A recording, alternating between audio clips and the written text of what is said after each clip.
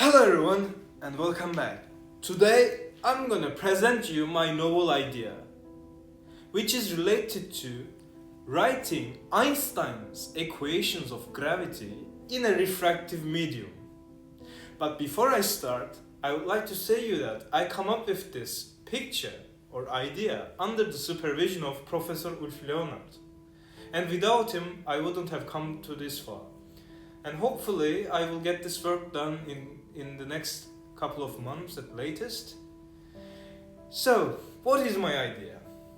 Well, it is related to, again, writing Einstein's equations in a refractive medium. But you might say, well, there are some works already in this field. And you're right. There are immense amount of works that underlie the correlation between these two distinct theories. And it all started, I believe, in 1930s, where someone showed that the space-time geometry can be visualized as a refractive medium. And the correlation between Maxwell's equations in a curved space-time and GR is a widely known phenomenon. But in 2006, this is the year that transformation optics was born, under the two papers by Pendry's group at Imperial College London and by Ulf Leonard at St Andrews at that time. In that, they introduced a correlation between a stationary geometry of space-time and metric, where you can differentiate its temporal and spatial parts with that of a transformation of that metric has a direct correspondence in a refractive media, and that transformation of that metric to a Minkowski spacetime has a correlation to a magnetic and electrical permittivity change of that refractive media. So what I'm trying to say is that you can capture the essence of the curvature of that metric, but you can't do it for all the metrics. You can do only for simple metrics. At least this was the initial propositions back in 2006, but later with Leonard and his student published another paper called General Relativity and Electrical Engineering. And this is one of the reasons that I also was able to seek out to Professor Leonard, because I'm also an electrical engineer.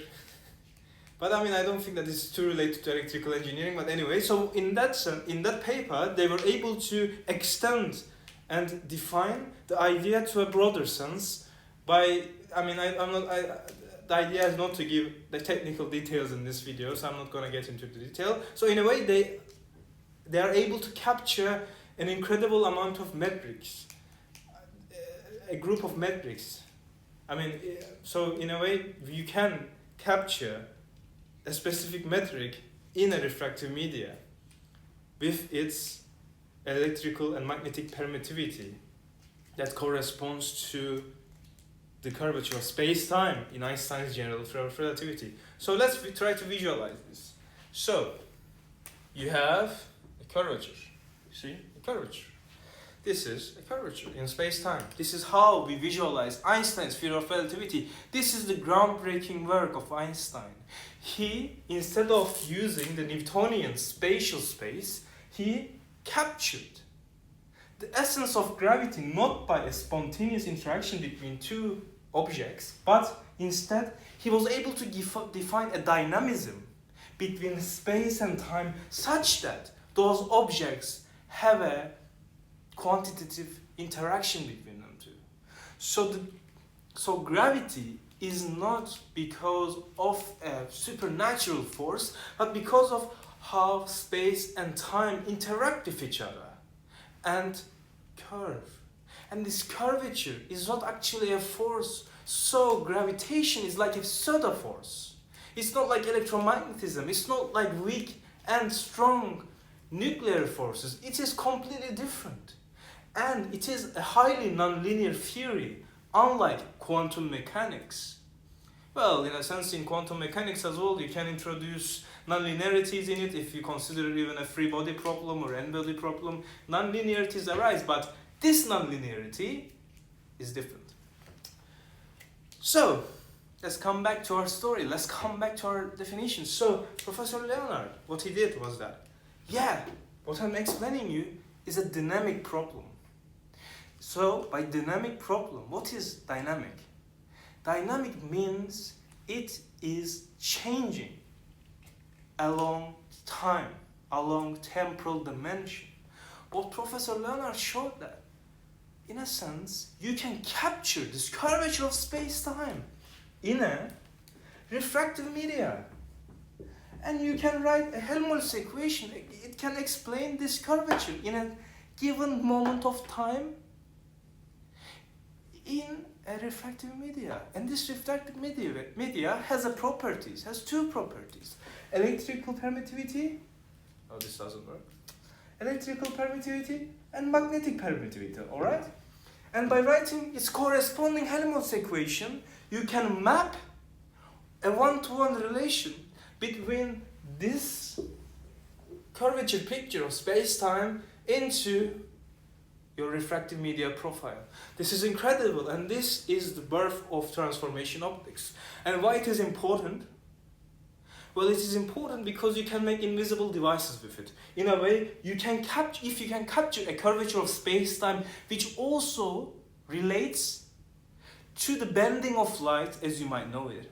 This is actually one of the predictions of general relativity, that sun bends light in a way that we see the galactic profile in a different manner than if the sun weren't there. So, in a way, the presence of sun distorts our perspective of the universe. And this distortion of space-time has a direct correspondence in a refractive media. And so in a way, this picture gives you tools to manipulate the trajectory of light in your refractive media.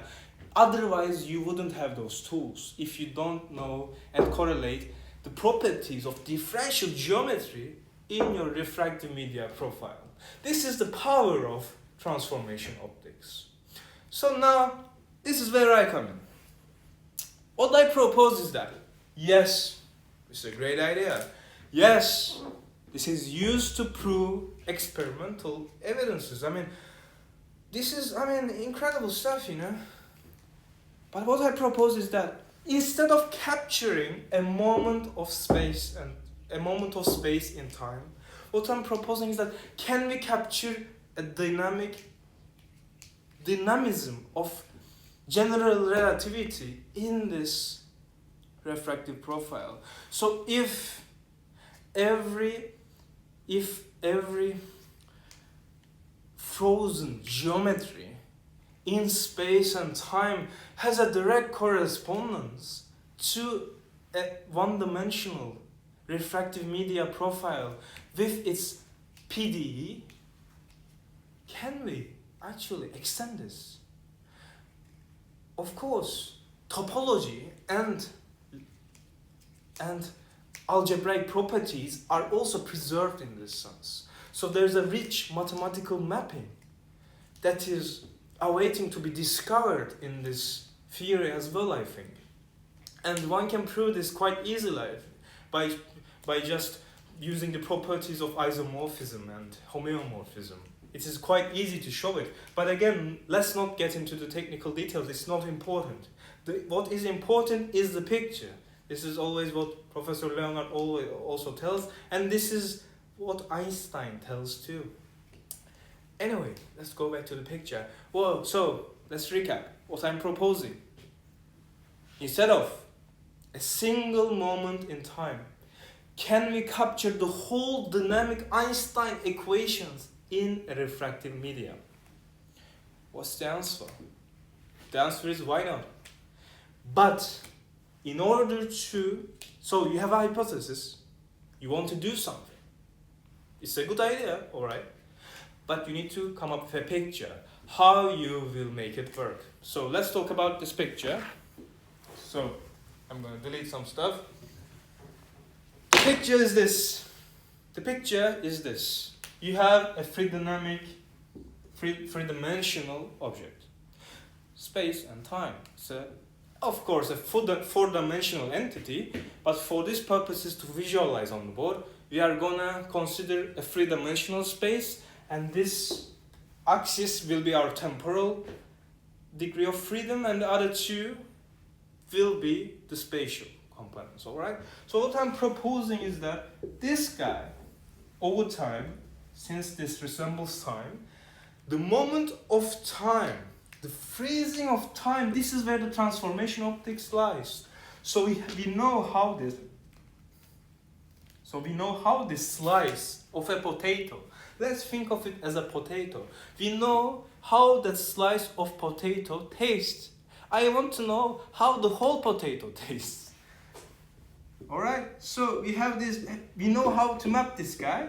So I'm asking, how can we map the whole guy? So we know, again, in metric, there is a temporal and a spatial part. So we know how this works. So this is the picture. So let me explain you now my idea. This picture resembles awfully lot ADM formalism of general relativity. ADM formalism is the Hamiltonian formulation of general relativity. If you studied quantum mechanics, you know Hamiltonian formalism. It's like, it's out there. But without getting mathematical, let me explain what Hamiltonian formalism is. You have a state. You know, in a given moment of time, how the state is. What you do in Hamiltonian formalism is to capture the dynamism is by adding a term, by multiplying with a term. So you need to know what we call Hamiltonian, and given that, you can write the dynamic equations of it. So this has a correspondence in GR. It is not widely used, so if you took a general relativity course before, you probably haven't seen this. This is actually used, I think, as the basis of loop quantum gravity, which is an alternative theory to string theory to come up with quantum gravity. So, what I'm trying to say is that what Hamiltonian formalism of general relativity. So I'm having a picture here. I draw you the picture. This picture is exactly the same to the ADM picture of general theory of relativity. So if I formulate what Ulf Leonard and Penry did in 2006 in the language of ADM, if I somehow find a dictionary between the two concepts, then I can extend what they did into the full dynamic Einstein's field equations. So this is my idea. So, again, the picture, the most important thing. We have the slice. The inner dynamic, the inner shape of your potato slice is given by your Hamiltonian in this picture of ADM language. And this guy, the evolution over time, is given by your momentum constraint. So what they did, what Ulf and Penry did back in the day, is that you take this slice and change it. And they found a mapping. They found a way to correlate these two theories. And what I'm now proposing is that, alright, you have this mapping. It's quite fabulous. And I know what this corresponds to exactly in ADM formalism. Now I will find another set of dictionaries for Hamiltonian and momentum constraints. So I will extend their dictionaries to these two other constraints, and voila, you will have the dynamic Einstein's equations in the refractive media. So this is the idea. But there are a couple of problems. Let me talk about the problems as well.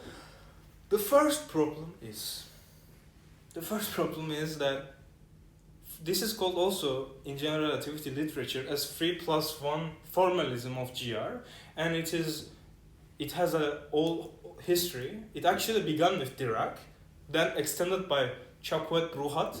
I am probably mispronouncing her name, a legendary French mathematician. And then in 70s, I think, or 60s, by three guys. I'm not gonna try to remember their names, but I know one of them is Dezer, he's the ADM. ADM is the name of the guys who found it, and D is Dezer. So there are different ways of picturizing the Hamiltonian formalism of GR, so you can write different conditions for it. So I need to be able to choose which one to use, and since ADM formalism isn't a widely used theory in physics, and since I'm not also a loop quantum gravitist, I need to learn which one to use and understand both ADM formalism by heart as well as the transformation optics dictionary. That is the most recent one, in order to correlate them both. So thank you for your time and stay with physics.